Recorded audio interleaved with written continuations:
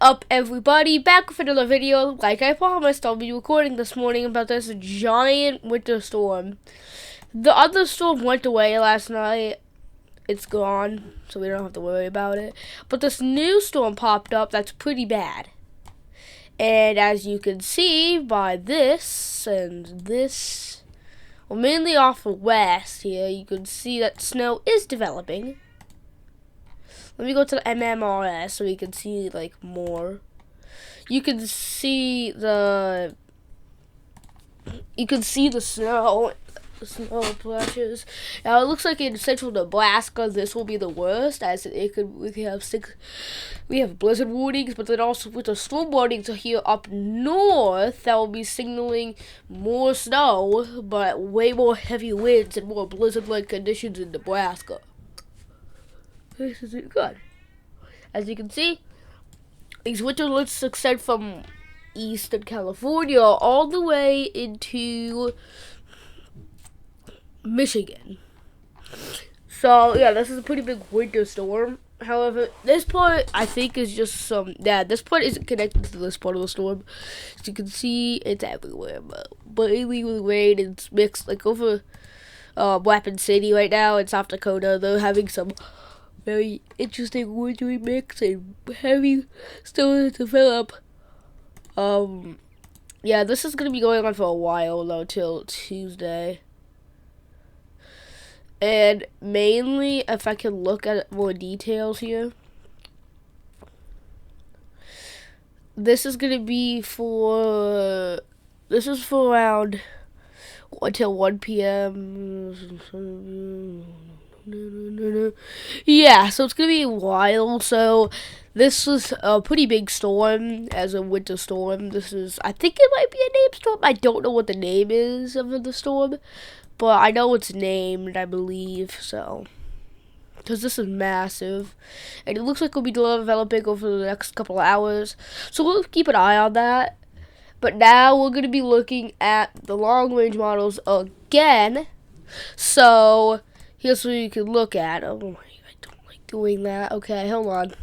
So right now, you have a 992 low pressure situated over Colorado. That's what's causing all these rain. So this is 6 hours, and that's probably when this will become heavier.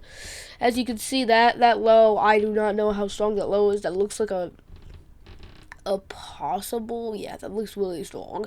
So that's what we can be seeing. If you live in like far eastern, northeastern Maine, you're still getting snow impacts, but otherwise nobody else is getting impacts.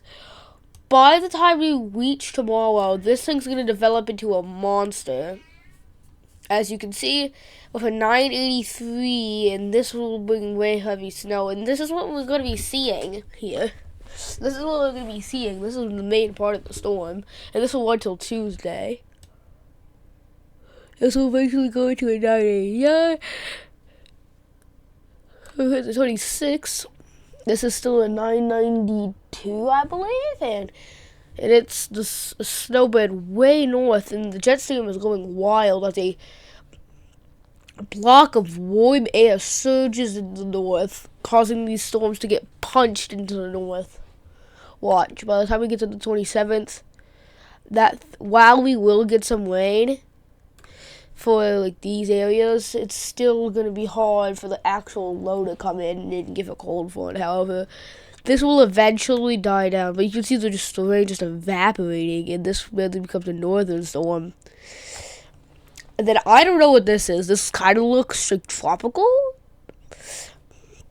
And it has no low, and then you can see the 995 low down here. And this ridge, to say, is a little weaker because it's not really as strong of a weaker. And then, as you can see, the trough bounces in the north and makes a jet stream of like this. And as you can see, a 992 low, which became a nor'easter, is now off the coast, and it was bringing colder temperatures into the region. 996 low positioned over far western South Dakota, and this is causing some scattered snow and rain showers throughout the Rocky Mountains. But by the time we hit the 30th, things look interesting.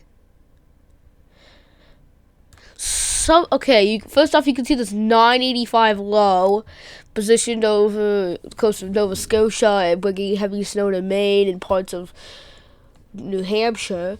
But look at this. We have a 997 low, which is bringing more scattered rain and snow showers to the region.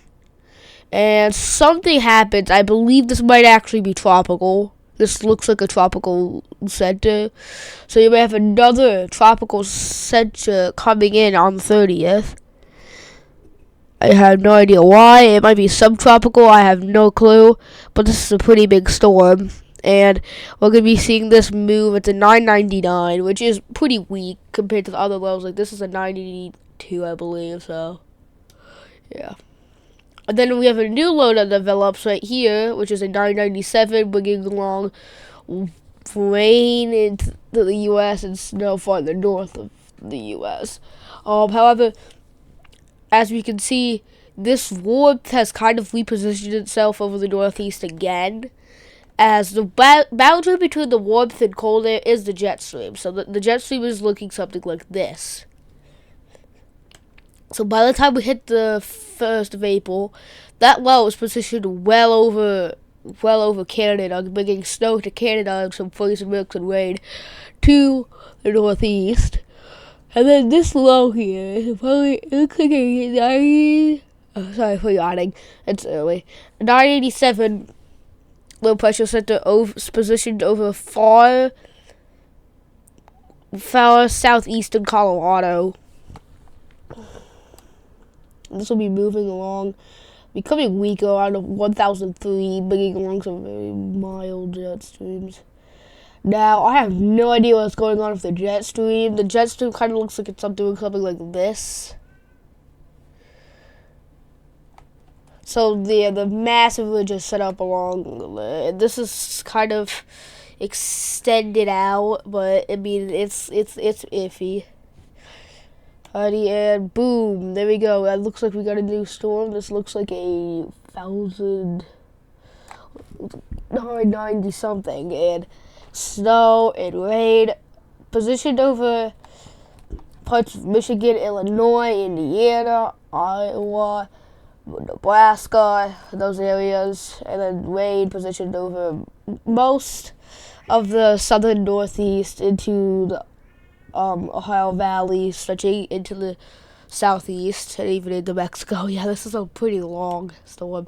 This becomes a 993, bringing a very thin line here with some very cold. So yeah, that's the jet stream curving over the west with 993 low, positioned over northern New York, southern New York, which around northern Pennsylvania too. Bringing along snow and rain to much of the northeast, and again stretching all the way down there.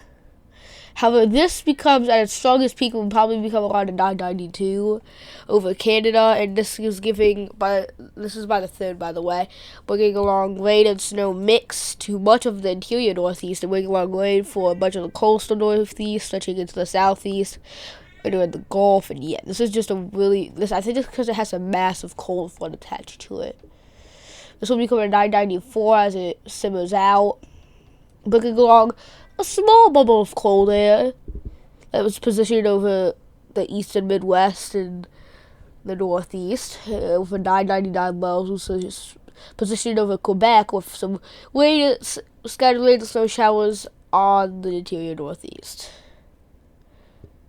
Then something develops right here as we have a new 992 low bringing in effects. And the jet stream again is looking wild.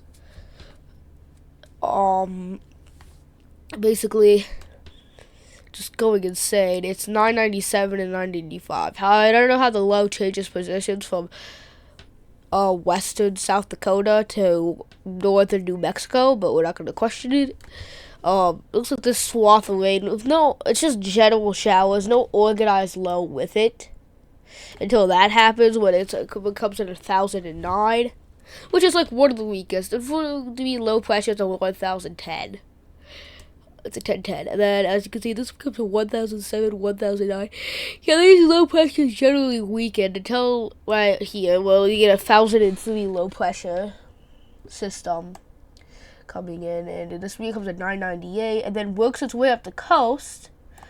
Well, does it, I guess. I think that might be becoming tropical. And then we have this new low that's positioned over the west. Again, these lows keep on coming in for the west. And the jet stream is looking wild. Again, looping north before very sagging down. And now we're going to look at the temperature outlooks, and let's go to now. As you can see, thin cold air positioned, so we have cold starting to move into the west. This warm bubble looks like it's gone, and some cold over just the general north, and the cold over the southeast. But watch what happens, because this is insane. 6 hours from now, it looks like the warmth is being pushed out till 12 hours from now. A swath of warm air pushes the cold air and starts to certify a warmth in the northeast, as you can see. By the time we hit 18 hours from now, this starts to develop, and by the time we hit 30 hours from now, this becomes a strong ridge. The EPS, which is European models, are predicting this warmth to be extreme. As you can see, temperatures 36 degrees above normal. And like around the northeast, you can see it's anywhere from like 32 degrees above normal to just maybe about 10 degrees above normal, but still very warm temperatures for this time. It could, well, I know they are north, but this could make it feel kind of like the plains, so this will be insane. However, the good news is by the time we get to this 78th hour, this looks like it's getting pushed out by this block of cold air moving west. It's hard to push out because it takes a while, as you can see, but the first bits of relief are coming.